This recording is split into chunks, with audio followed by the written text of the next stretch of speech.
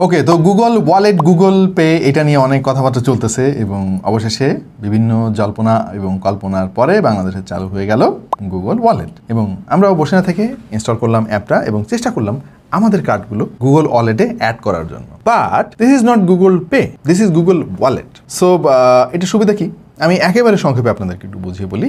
আপনার সিটি ব্যাংকের ওই কার্ডটা এখন থেকে আর পকেটে করে ক্যারি করার দরকার নেই। আপনি ফোন থেকে ট্যাপ করে এনএফসির মাধ্যমে ট্যাপ করে পেমেন্ট করতে পারবেন। কিন্তু আপনি যে টাকাটা পেমেন্ট করবেন ওটা যদি 5,000 টাকার মধ্যে হয় তাহলেই করতে পারবেন। তার মানে হচ্ছে ওইটা কি আপনি বাসায় রেখে আসবেন নাকি পকেটে রাখবেন, আপনি নিজেই কিন্তু কনফিউজড হয়ে যাবেন। কারণ আপনি যখন কেনাকাটা করবেন আপনি তো জানেন না যে বিল কত আসবে। 5,014 টাকা আসলো, তখন কি করবেন?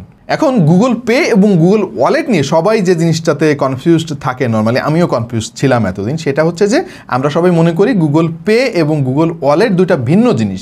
এটা বেসিক্যালি গুগল এখন এক করে দিয়েছে। তবে কিছু কিছু দেশে গুগল পে নামক একটা ব্যাপার আছে, সেটা হচ্ছে গুগলের নিজস্ব একটা গেটওয়ে, যার মাধ্যমে আপনি টাকা পেতেও পারেন, টাকা রিসিভও করতে পারেন।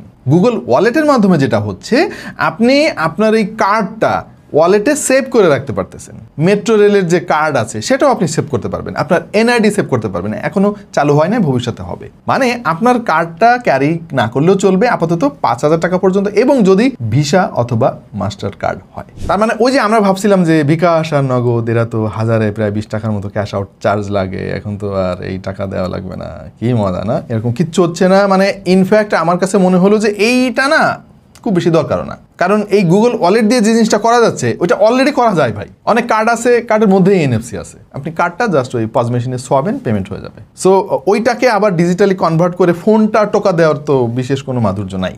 তাও আবার 5,000 টাকা পর্যন্ত, তাও আবার ভিসা এবং মাস্টার কার্ড যাদের যাদের আছে, তাও আবার সিটি ব্যাংকের অ্যাকাউন্ট যাদের যাদের আছে। So this is I think useless. আরও কথা আছে ভাই, সব ফোনে তো এনএফসিও নাই, তখন আপনি কি করবেন? তখন কিউআর কোডের মাধ্যমে আপনার পেমেন্ট করতে হবে। সো কিউআর কোডের মাধ্যমে আমি যদি পেমেন্ট করবো, আমার ব্যাংকিং যে অ্যাপগুলো আছে সেগুলো দিয়ে তো অলরেডি করাই যাচ্ছে। সো আমার এই গুগল ওয়ালেট দিয়ে কী লাভ হইলো ভাই?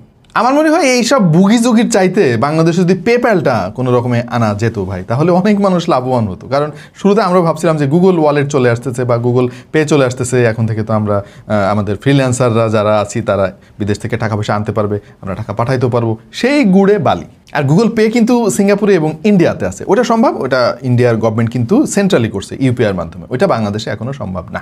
এবং ইন্ডিয়াতে কিন্তু সমস্ত ব্যাংক এই গুগল পের আন্ডারে। সো এখন গুগল পে বা গুগল ওয়ালেট আপনি ব্যবহার করবেন কি না সেটা আপনার সিদ্ধান্ত। সো গুগল ওয়ালেট বা গুগল পে নিয়ে যদি আমার চাইতে বেশি ভালো আপনারা কেউ বুঝে থাকেন ভাই, প্লিজ কমেন্ট সেকশনে এসে আমাকে একটু বোঝায় যান, আমিও অনেক জিনিস বুঝতেছি না।